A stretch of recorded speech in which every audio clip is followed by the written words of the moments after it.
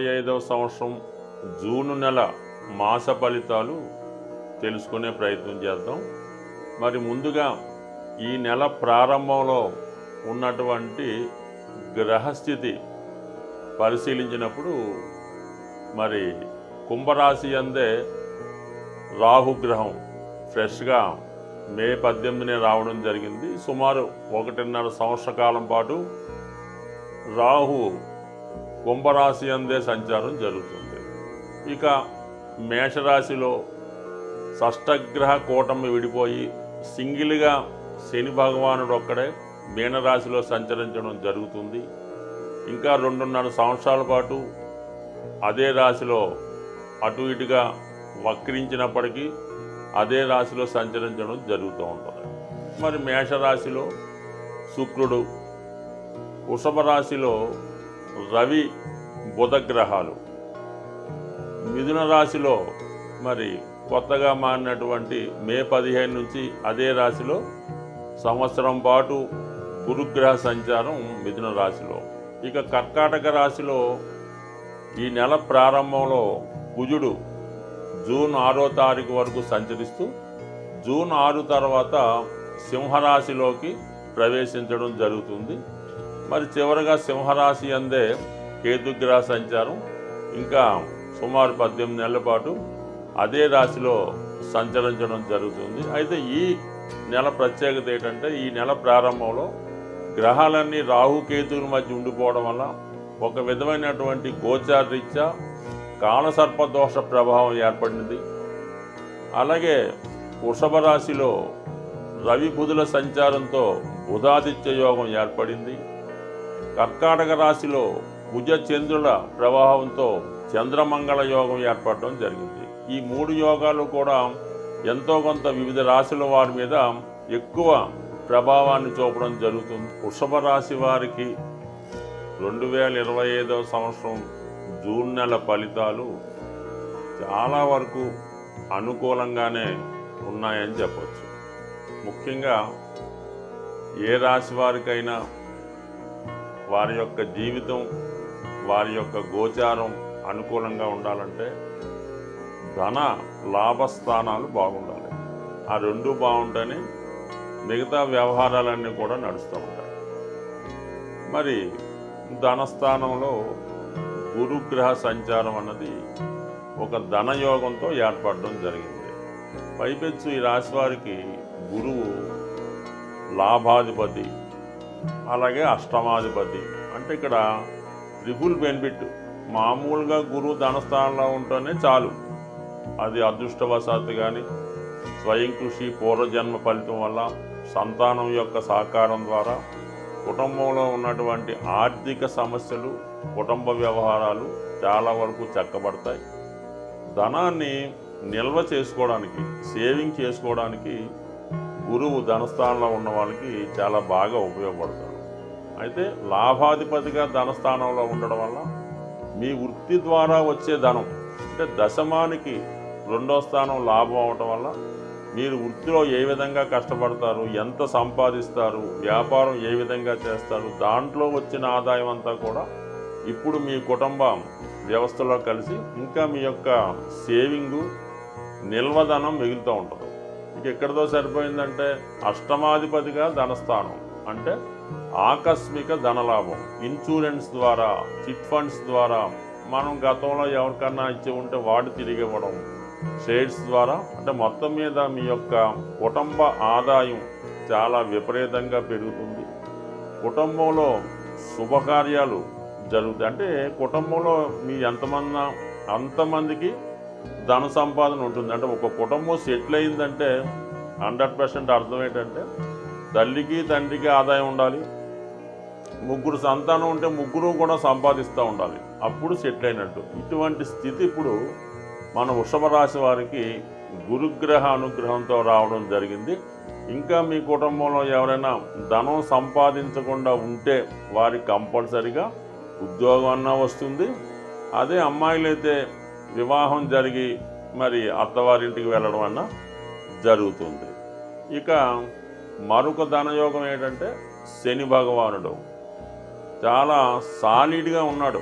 లాభస్థానంలో శని భగవానుడు మీకు అంటే ఖచ్చితంగా ఒక కల్పవృక్షం ఒక కామధేను ఉంటే రెగ్యులర్గా ఇన్కమ్ ఎలాగొస్తుందో ఆ విధంగా శని భగవానుడు మీరు లాభస్థానంలో ఉంటూ వృత్తిరీత్యా మీరు ఏ వృత్తిలో ఉన్నా శ్రామిక వృత్తిలో ఉన్నా పారిశ్రామికవేత్తగా ఉన్నా మీ యొక్క ఆదాయం మీకు వస్తుంది. అలాగే వ్యాపార రీత్యా కూడా అనుకూలత ఏర్పడే అవకాశం ఉంది. పైపెచ్చి ఏంటంటే మీ తాతగారు ఎవరన్నా అంటే అటు తండ్రి తరపు కానీ తల్లి తరపు కానీ ఉంటే వారు మీకు అండగా ఉంటూ ఒక దేవతగా ఒక దేవుడిగా మిమ్మల్ని వివిధ సోర్సుల ద్వారా ఆదాయం వచ్చే వనరులు చెప్పడం జరుగుతూ ఉంటుంది.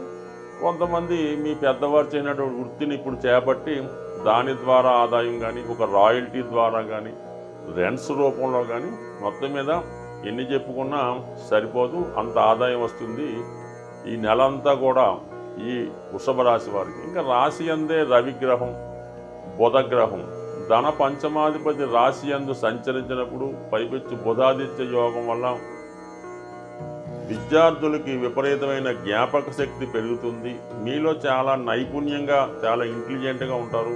మీరు ఈ సమయంలో ఒక బ్యాంక్ జాబ్ ట్రై చేసినా ఒక సాఫ్ట్వేర్ రంగానికి వెళ్ళినా కూడా 100% సక్సెస్ వస్తుంది. కొత్త వ్యాపారపరమైన ఆలోచనలు రావడం జరుగుతూ ఉంటుంది.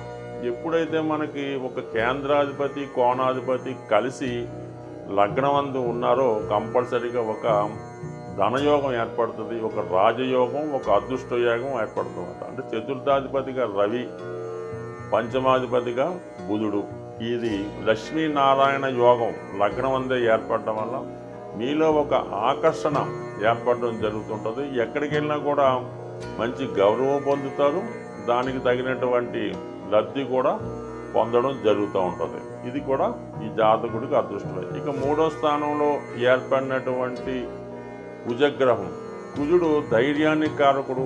మనం ఎంత సంపద మన దగ్గర ఉన్నా ఎన్ని వనరులున్నా ఒక పని ప్రారంభించాలంటే 100% ధైర్యం ఉండాలి.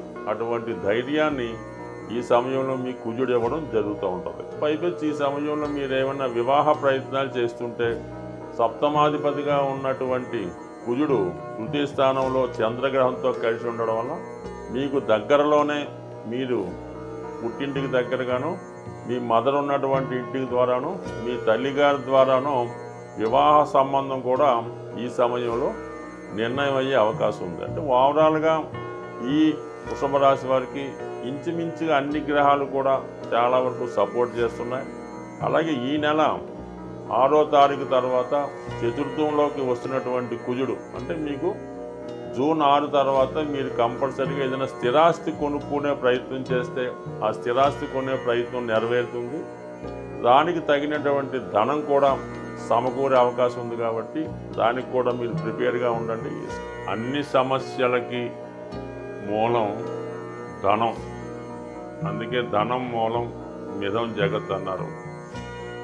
ధనం ఖర్చు పెట్టడం అన్నది చాలా సులభం, సంపాదించడం అన్నది చాలా కష్టం.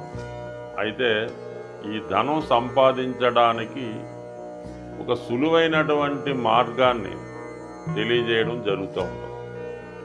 అది మీకు ఈ నెల ఫలితాల్లో ఈ అద్భుతమైనటువంటి ధనయోగాన్ని కలిగించే రెమెడీ మీకు చెప్పడం జరుగుతూ ఉంటుంది. ఇది కొంతవరకు మీరు చేయవలసిందల్లా ధనానికి అధిదేవత అయినటువంటి లక్ష్మీ అమ్మవారికి ఇష్టమైనటువంటి రోజు శుక్రవారం. ఈ శుక్రవారం రోజు మీరు ఏం చేయాలంటే ఒక మట్టితో తయారు చేసినటువంటి ఒక జాడీ అనొచ్చు, డబ్బులు దాచుకునే డిబ్బీ కూడా అనొచ్చు. పూర్వకాలం మట్టితోనే తయారు చేస్తూ ఉండేవి ధనం దాచుకునేవి. అందుకని ఈరోజు కూడా పాత ఇళ్ళై పడగొట్టినప్పుడు తవ్వినప్పుడు దొరుకుతూ ఉంటాయి కొంతమందికి. అటువంటి మట్టితో తయారు చేసినటువంటి డిబ్బీ ఒకటి తీసుకోండి శుక్రవారం రోజు. దాన్ని శుభ్రంగా మంచినీళ్ళతో శుభ్రం కడిగేసి పసుపుతో దాన్ని రాసి ఒక మూల పెట్టుకొని ప్రతి శుక్రవారం కూడా 6వ సంఖ్య వచ్చేలాగా ధనం అందులో వేయాలి. 6 రూపాయల, 60 రూపాయల, 600, మీకు ఇంకా ఒప్పుకుంటే 6000 అన్నది ప్రతి శుక్రవారం అందులో డ్రాప్ చేయవలసి ఉంటుంది, అందులో వేయాలన్నమాట. పక్కన పెట్టాలి, అది దేవుని దగ్గర పెట్టడం, నమస్కారం పెట్టడం. అయితే ఈ శుక్రవారం రోజు మిగతా డబ్బులు మీరేమీ కూడా ఖర్చు పెట్టకూడదు. ఇందులో వేసిన 6 రూపాయలు మాత్రమే అందులో వేయాలి. మిగతాదంతా కూడా ఆ రోజు ఏ ఒక్క రూపాయి కూడా మీ ఇంటి నుంచి బయటికి వెళ్ళకూడదు. అలాగని ఫోన్పేలు, గూగుల్ పేలు చేయకూడదు.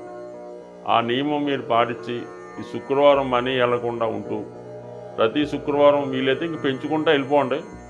దాని తర్వాత ఒక సంవత్సరానికో ఎంతో దాన్ని ఓపెన్ చేసి దాంతో ఏదన్నా ఈ వరలక్ష్మి వ్రతంకి ఎప్పుడైనా తీసుకోవచ్చు. గోల్డ్ ఏదన్నా కొని అది అమ్మవారి పూజకి ఉపయోగపడేలాగా, ఇది బంగారు పుష్పాలు, ఓ బంగారం కిరీటమో, లేదంటే బంగారంతో చేసినటువంటిది ఏదన్నా ప్లేటు ప్రసాదం పెట్టడానికో గ్లాసో కొని అమ్మవారి దగ్గరే పెడతా ఉండండి. ఇలాగ మీరు చేసుకుంటూ పోతే మీరు 6 రూపాయలతో సేవింగ్ మొదలెడితే అది మీరు వారానికి 6 లక్షల దాకా తీసుకెళ్ళినా కూడా మీరు ఆశ్చర్యపడక్కర్లేదు, అవుతుంది. దాంతో మీరు చేయవలసిందల్లా ఈ గోల్డ్ కొని ఇది అమ్మవారికి ఏదో వస్తువు కొని పెట్టడం. మళ్ళీ మీకు బాగా మీరు దాన్ని మళ్ళా మీ ఇంట్లో ఒక అమ్మాయి పుడితే ఆ అమ్మాయికి, అంటే అమ్మాయి కూడా లక్ష్మీ స్వరూపం కాబట్టి ఆవిడకి మీరు అవి కానుకగా ఇవ్వచ్చు, బంగారు ఆభరణాలు కూడా ఇవ్వచ్చు. బట్ ఏదన్నా ఈ శుక్రవారం 6 సంఖ్య ఇది కాకుండా మిగతాది కూడా బయటికి వెళ్ళకూడదు. ఇంకా అది ఎంత గొప్ప అవసరమైనా సరే అక్కడతో శుక్రవారం నాడు స్టాప్ చేసి శనివారం మార్నింగే పేమెంట్స్ అన్నమాట. ఈ విధంగా చేసి చూడండి. ఇంచుమించుగా నాకు తెలిసి ఈస్ట్ గోదావరి జిల్లాలో అపర కుబేరులు ఉన్నారు, వాళ్ళంతా కూడా ఈ నియమాన్నే పాటిస్తున్నారు. స్వస్తి.